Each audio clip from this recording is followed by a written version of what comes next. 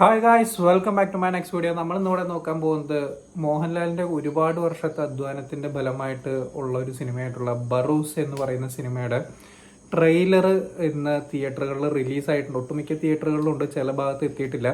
3D ട്രെയിലറാണ് റിലീസായിട്ടുള്ളത്. So എനിക്ക് തോന്നുന്നു കങ്കുവ 3Dയിൽ ഇറങ്ങിയതുകൊണ്ട് അപ്പോൾ ഒന്നും കൂടിയും ഒരു ഉപകാരമാവുമെന്ന് വെച്ചിട്ടാണ് തോന്നുന്നത്. ആ ഒരു സമയത്ത് തന്നെ ഒരുവിധം ആൾക്കാരൊക്കെ കാണുന്ന ഒരു സിനിമയായിരിക്കും. അപ്പോൾ അതുകൊണ്ട് തന്നെയാണ് തോന്നുന്നത് തിയേറ്ററിക്കൽ റിലീസായിട്ടാണ് പരിപാടി ഇറക്കിയിട്ടുള്ളത്. സോ അതിനെക്കുറിച്ചൊരു റിയാക്ഷൻ അല്ല, കാരണം റിയാക്ഷൻ എടുക്കാൻ വേണ്ടി വീഡിയോസ് ഒന്നും അവൈലബിൾ ഒന്നുമല്ല. പിന്നെ യൂട്യൂബിൽ കുറേ വീഡിയോസ് ഷൂട്ട് ചെയ്തിട്ടുള്ളത്, അത് നമുക്ക് ചിലപ്പോൾ കോപ്പിറൈറ്റ് കിട്ടുമെന്നുള്ളതിനാൽ അത് ചെയ്യുന്നില്ല. എൻ്റെ അതിനെക്കുറിച്ചുള്ള ഒരു തോട്ട്സ് ആണ് ഞാൻ പറയുന്നത്. ആ ഒരു 3D ട്രെയിലറിനെ കുറിച്ച് എൻ്റെ ഒരു ഫസ്റ്റ് ഇംപ്രഷൻ എന്ന് പറയുന്നത് വളരെ കൂളായിട്ടുള്ള ഒരു നൈസ് ട്രെയിലറായിട്ടാണ് പേഴ്സണലി എനിക്ക് തോന്നിയിട്ടുള്ളത്. കാരണം എന്താണെന്ന് വെച്ച് കഴിഞ്ഞാൽ ഈ ഒരു സിനിമ 32 രാജ്യങ്ങളോ അത്രയും കണ്ട് രാജ്യങ്ങൾ റിലീസ് ചെയ്യാനുള്ള പ്ലാനിലാണ് അവർ എന്നാണ് ഞാൻ മുമ്പ് പറഞ്ഞു കേട്ടിട്ടുള്ളത്.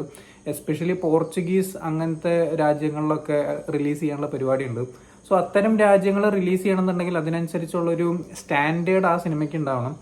ട്രെയിലർ കണ്ടപ്പോഴും എനിക്ക് അങ്ങനെയാണ് തോന്നിയത്. ഒരു പോർച്ചുഗീസ് മലയാളം സിനിമയായിട്ടാണ് എനിക്ക് പേഴ്സണലി ഫീൽ ചെയ്തിട്ടുള്ളത്. കാരണം ഷൂട്ടും സെറ്റും കാര്യങ്ങളെല്ലാം പോർച്ചുഗീസ് സെറ്റപ്പിലുള്ള പരിപാടികളാണ്. ഇതിന്റെ തിരക്കഥാകൃത്തിന്റെ തന്നെ ഒരു നോവലിന്റെ അഡാപ്റ്റേഷൻ ആയിട്ടുള്ള ഒരു പരിപാടിയാണ്. ഈ ഒരു ഷൂട്ടിനിടയ്ക്ക് കുറച്ച് പ്രശ്നങ്ങൾ ഉണ്ടാവുകയും, പ്രശ്നങ്ങൾ എന്ന് വെച്ച് കഴിഞ്ഞാൽ കൊറോണയുടെ സമയത്ത് കുറച്ച് ഇഷ്യൂസ് വരികയും ഈ അഭിനയിച്ച കുട്ടികളൊക്കെ വലുതാവുകയും ചെയ്യുന്നത് കൊണ്ടുണ്ടായിട്ടുള്ള കുറച്ച് ഇഷ്യൂസ് കാരണം കുറച്ച് സീനുകൾ അല്ലെങ്കിൽ ഡയലോഗുകളൊക്കെ മാറ്റലൊക്കെ ഉണ്ടായിട്ടുണ്ട്. സോ ആ ഒരു എക്സ്ട്രാ ഡയലോഗുകൾ ചെയ്യാൻ വേണ്ടിയിട്ട് ഒരാളും കൂടി ആഡ് ആയിട്ടുണ്ട്.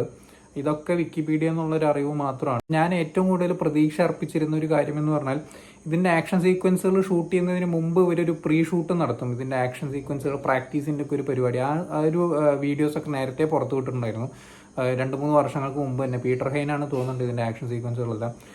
ആ ഒരു സംഭവം ഇവർ പ്രാക്ടീസ് ചെയ്യണ കാണുമ്പോൾ നമ്മളെ സംബന്ധിച്ച് അത്യാവശ്യം കോരിത്തെരിപ്പിക്കുന്ന സാധനങ്ങളൊക്കെ ആയിരുന്നു ആ ഒരു സീക്വൻസിനകത്ത് ഉണ്ടായിരുന്നത്. അതാണ് എന്നെ സംബന്ധിച്ച് ഫസ്റ്റ് ഈ ഒരു സിനിമ കാണണം, എന്തായാലും കാണണം എന്ന് തോന്നുന്ന ഒരു കാര്യം. പിന്നെ ഓഫ് കോഴ്സ് ലാലേട്ടനാണ് സിനിമ ഡയറക്റ്റ് ചെയ്യുന്നത്, അതുപോലെ തന്നെ അഭിനയിക്കുന്നതും. ആ ഒരു സംഭവമുണ്ട്. ഇത്ര ഒരു പാൻ വേൾഡ് ലെവലിൽ വരുന്ന ഒരു പടം കൂടി ആയതുകൊണ്ട് എന്തായാലും കാണണം എന്ന് ഉറപ്പിച്ചിട്ടുള്ളൊരു സിനിമയാണ്. ഇതിന്റെ ബാക്ക്ഗ്രൗണ്ട് സ്കോർ പിന്നെ പ്രതീക്ഷയുള്ളത് അതിലാണ്. അധികം രാജ്യങ്ങളിൽ റിലീസ് ചെയ്യിക്കുമ്പോൾ നമ്മുടെ ഈ ഒരു തനി മലയാളം പാറ്റേൺ അല്ലെങ്കിൽ എന്താ പറയുക ഒരു ഇന്ത്യൻ ടച്ചിനും മുകളിൽ നിൽക്കുന്ന അല്ലെങ്കിൽ ഒരു ഇന്റർനാഷണൽ സെറ്റപ്പ് പിടിക്കേണ്ട ഒരു ബാക്ക്ഗ്രൗണ്ട് സ്കോറുകളുടെ ആവശ്യകത ഈ ഒരു സിനിമയ്ക്കുണ്ട്. അതിൻ്റെ ഒപ്പം തന്നെ ഒരു ഇന്ത്യൻ ടച്ചും വേണം. അപ്പോൾ അത്രയും സ്റ്റാൻഡേർഡ് ആയിട്ടുള്ള ആൾക്കാർ നിലവിൽ ഇന്ത്യയിൽ ചെയ്യുന്നുണ്ടോ എന്നുള്ളത് എനിക്കറിയില്ല. MM കീരവാണിയൊക്കെ ചെയ്യുന്നുണ്ട് ഇന്ത്യക്കകത്ത്. പക്ഷെ അതിനേക്കാൾ ഒരു പടിയും കൂടി ഇപ്പം നമ്മൾ വേൾഡ് വൈഡ് സ്വീകാര്യത വേണമെന്നുണ്ടെങ്കിൽ കിട്ടണം എന്നുള്ളതാണ് എൻ്റെ ഒരു അഭിപ്രായം. സോ മാർക്ക് കിലിയൻ അങ്ങനെ എന്തോ ആണ് ഇതിന്റെ മ്യൂസിക് ഡയറക്ടറുടെ പേര്. എനിക്കറിയില്ല ഇതിനു മുമ്പ് അദ്ദേഹം എന്ത് വർക്കാണ് ചെയ്തിട്ടുള്ളതെന്നും. എനിക്ക് വിക്കിപീഡിയയിൽ നോക്കിയിട്ട് എനിക്ക് കിട്ടിയൊന്നുമില്ല. വേറെ ഒരു ടീമും കൂടി ഉണ്ട്, എന്തോ ഒരു ലൈദിക് നാദസ്വരം അങ്ങനെ എന്തോ പറഞ്ഞിട്ടൊരു ടീമാണ് തോന്നുന്നു.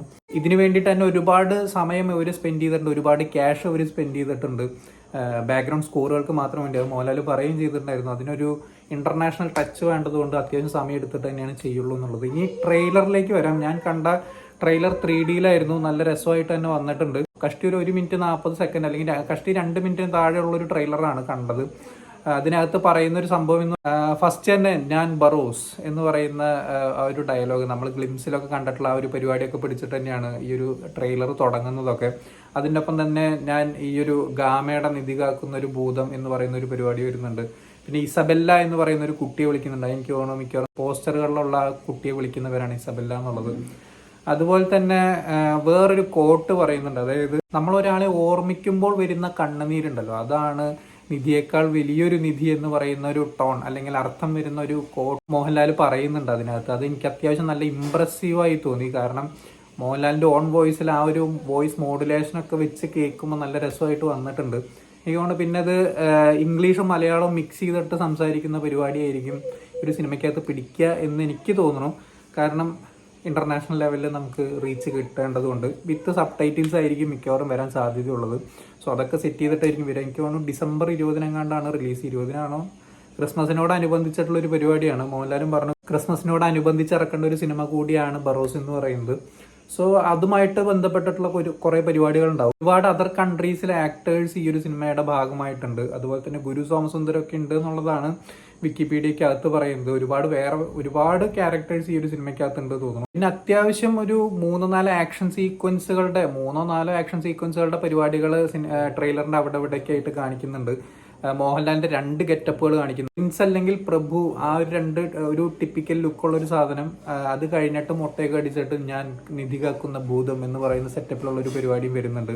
അത് ഇംപ്രസീവായി എനിക്ക് തോന്നി. കാരണം ഒന്നും കൂടി ഒരു ഫിറ്റായിട്ടുള്ള ഒരു എന്താ പറയുക, ഒരു റഫ് ഫേസ് ഉള്ളൊരു മോഹൻലാൽ നല്ല രസമായിട്ടുണ്ടായിരുന്നു. അതുപോലെ തന്നെ അവിടെ വരുന്ന വോയിസ് മോഡുലേഷൻസ് ഒക്കെ എനിക്ക് ഭയങ്കര രീതിയിൽ ഇഷ്ടപ്പെട്ടു. എസ്പെഷ്യലി ബാക്ക്ഗ്രൗണ്ട് സ്കോറുകൾ നല്ല രീതിക്ക് എനിക്ക് വർക്കായി തോന്നി. കാരണം അത് നിങ്ങൾ ഈ യൂട്യൂബിൽ വന്നിട്ടുള്ള പ്രിന്റുകളൊക്കെ നിങ്ങൾക്ക് കാണുമ്പോൾ എങ്ങനെയാണ് ഫീൽ ചെയ്യുന്നതെന്ന് എനിക്കറിയില്ല. ശരിക്കും നിങ്ങൾ ആ തിയേറ്ററിൽ കേൾക്കുന്ന സമയത്ത് നല്ല സറൗണ്ടും നല്ല ഇമ്പ്രസീവായി തോന്നും. ഹൈ കിട്ടേണ്ട മൊമെന്റ്സ് ഒക്കെ ഉണ്ട് എന്നാണ് എനിക്ക് തോന്നുന്നത്. എസ്പെഷ്യലി കുട്ടികൾക്ക്.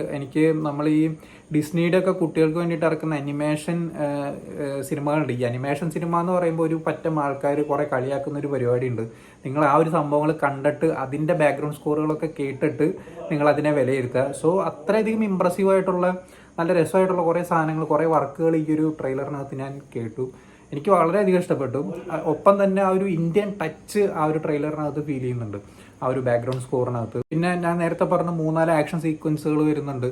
ആക്ഷൻ സീക്വൻസുകൾ വരുന്ന സമയത്ത് എനിക്ക് 1-2 സ്ഥലത്ത് മോഹൻലാൽ കറങ്ങിച്ചാടുന്ന ഒരു ഭാഗമൊക്കെ എനിക്കൊരു ലേശം ഡള്ളായിട്ട് തോന്നി. എനിക്കറിയില്ല അതെങ്ങനെ വരുന്നുള്ളതൊന്നും. എന്തായാലും ഞാൻ കട്ട വെയിറ്റിംഗിൽ തന്നെയാണ്. എന്നെ സംബന്ധിച്ച് വലിയൊരു ഹൈപ്പ് ഇല്ലാതിരുന്ന ഒരു സിനിമയായിരുന്നു. ട്രെയിലർ കണ്ടപ്പോൾ അത്യാവശ്യം പ്രതീക്ഷകളും കാര്യങ്ങളൊക്കെ ഉണ്ട്. ഈ ഒരു സിനിമയ്ക്കകത്ത് വേറെ വല്ലതും പ്രതീക്ഷയൊക്കെ പോയി കഴിഞ്ഞാൽ വളരെ നിരാശയായിരിക്കും ഫലം എന്നുള്ളതാണ് എനിക്ക് പിന്നെ എടുത്തു പറയാനുള്ളൊരു കാര്യം. എസ്പെഷ്യലി കട്ട ലാലേട്ടൻ ഫാൻസ് ആയിട്ടുള്ള ആൾക്കാരെ സംബന്ധിച്ച് അവരുടെ ഒരു വിചാരം മോഹൻലാൽ മുണ്ട് മടക്കി കുത്തുക, മീശ വിരിക്കുക എന്നുള്ള ഒരു പരിപാടി അല്ലാതെ വേറൊരു പരിപാടി ചെയ്യുന്ന ഒരു സംഭവം. അതുപോലെ തന്നെ സംവിധായകൻ വേഷത്തിൽ വരുന്ന ഒരു ഇന്റർനാഷണൽ റീച്ച് കിട്ടിയേക്കാവുന്ന ഒരു സിനിമ. സോ അത്തരത്തിലുള്ള കാര്യങ്ങൾ പ്രതീക്ഷിച്ച് ട്രെയിലറിനെ സമീപിക്കുക, അതുപോലെ തന്നെ സിനിമയെ സമീപിക്കുക. സോ വരും പ്രൊമോഷനുകളൊക്കെ അത്യാവശ്യം നല്ല കിടുവായിട്ട് തന്നെ വരും എന്നുള്ളതാണ് എൻ്റെ പ്രതീക്ഷ. സോ കാത്തിരുന്ന് കാണാം. നിങ്ങൾ ഈ ഒരു ട്രെയിലർ കണ്ടിട്ടുള്ളവരാണെങ്കിൽ എന്താണ് നിങ്ങളുടെ അഭിപ്രായം എന്നുള്ളത് താഴെ കമന്റ് ബോക്സിൽ രേഖപ്പെടുത്താം. സോ വീഡിയോ ഇഷ്ടപ്പെട്ടെന്നായിരുന്നു. ഇഷ്ടപ്പെട്ടാൽ ലൈക്ക് ചെയ്യുക, ഷെയർ ചെയ്യുക, കമന്റ് ചെയ്യുക, ചാനൽ സബ്സ്ക്രൈബ് ചെയ്യുന്നവരും മറക്കാതിരിക്കാം. See you in the next video guys.